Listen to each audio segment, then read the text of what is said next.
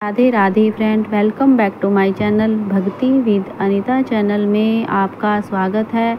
आज हम करेंगे हरतालिका तीज व्रत कथा। हरतालिका तीज का व्रत भाद्रपद मास की शुक्ल पक्ष की तृतीया को किया जाता है। इस दिन भगवान शंकर और पार्वती की बालू या रेत से मूर्ति बनाकर पूजा की जाती है। सुंदर वस्त्रों, कदली स्तंभों से ग्रह को सजाकर नाना प्रकार के मंगल गीतों से रात्रि जागरण करना चाहिए। इस व्रत को करने वाली स्त्रियां पार्वती के सम्मान सुख पूर्वक पति स्मरण करके शिवलोक को जाती हैं। यह व्रत कुंवारी कन्या अपने सुशील वर के लिए पूजा करती हैं और व्रत रखती हैं। कथा। इस व्रत के माध्यम की कथा भगवान शंकर ने पार्वती को उनके पूर्व जन्म का स्मरण कराने हेतु इस प्रकार कही थी।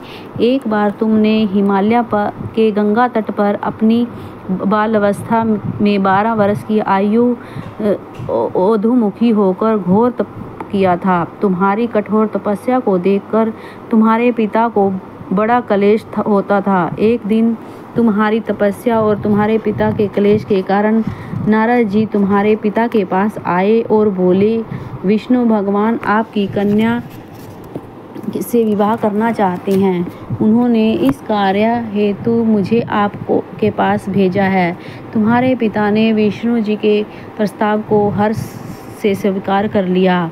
इसके बाद नारद जी ने विष्णु भगवान के पास जाकर कहा कि हिमालय राज अपनी पुत्री सती का विवाह आपसे करना चाहते हैं, तो विष्णु जी भी तुमसे विवाह करने के लिए राजी हो गए।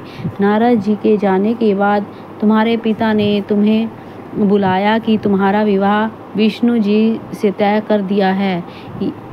यह अनहोनी बात सुनकर तुम्हें अत्यंत दुख हुआ और तुम जोर जोर से विलाप करने लगी।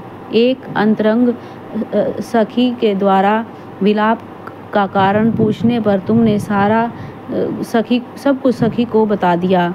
मैं शंकर भगवान से विवाह करने के लिए कठोर तप कर रही हूँ। उधर हमारे पिताजी विष्णु भगवान के साथ मेरा संबंध करना चाहते हैं। क्या तुम मेरी सहायता करोगी? नहीं तो मैं प्राण त्याग दूंगी। तुम्हारी सखी बड़ी दूरदर्शी थी। वह तुम्हें एक घनघोर जंगल में ले गई। इधर तुम्हारे पिता तुम्हें घर में न पाकर बहुत चिंतित हुए। मैं विष्णु भगवान से उसका विवाह करने का वचन दे चुका हूँ। वचन भंग की चिंता से वह मूर्छित हो गए।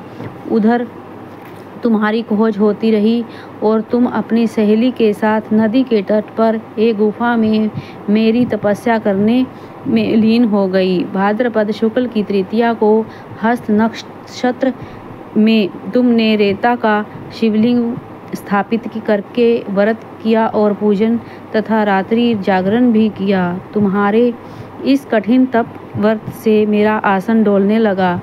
तुम्हारी समाधि टूट गई। मैं तुरंत तुम्हारे पास पहुंचा और वर मांगने का आदेश दिया। तुम्हारी मांग तथा इच्छा अनुसार तुम्हें मुझे अर्धांगिनी के रूप में स्वीकार करना पड़ा।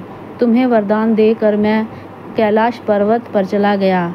प्रातः होते ही तुमने पूजा की समस्त सामग्री को नदी में प्रवाहित करके अपनी सहेली सहित व्रत का पारण किया। उसी समय तुम्हें खोजते हुए हिमालय राज उस स्थान पर पहुंच गए। बिलखते हुए तुम्हारी घर छोड़ने का कारण पूछने लगे।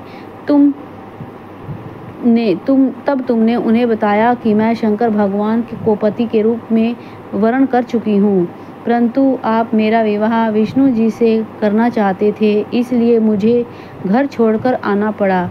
मैं अब आपके साथ इसी शर्त पर चलूँगी कि आप मेरा विवाह विष्णु जी से न करके शिव भगवान से करेंगे।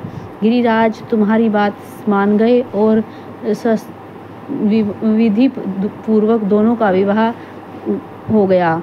इस व्रत को हरतालिका इसलिए कहते हैं कि पार्वती की सखी इसे पिता के घर से हर कर घनघोर जंगल में ले गई थी। हरत अर्थात हरण करना और आलिका अर्थात सखी सहेली। हरतालिका शंकर जी ने पार्वती से यह भी बताया कि जो स्त्री इस व्रत को परम श्रद्धा से करेगी उसे तुम्हारी सम्मान ही अंचल सुहाग प्राप्त होगा। बोलो शंकर भगवान की जय।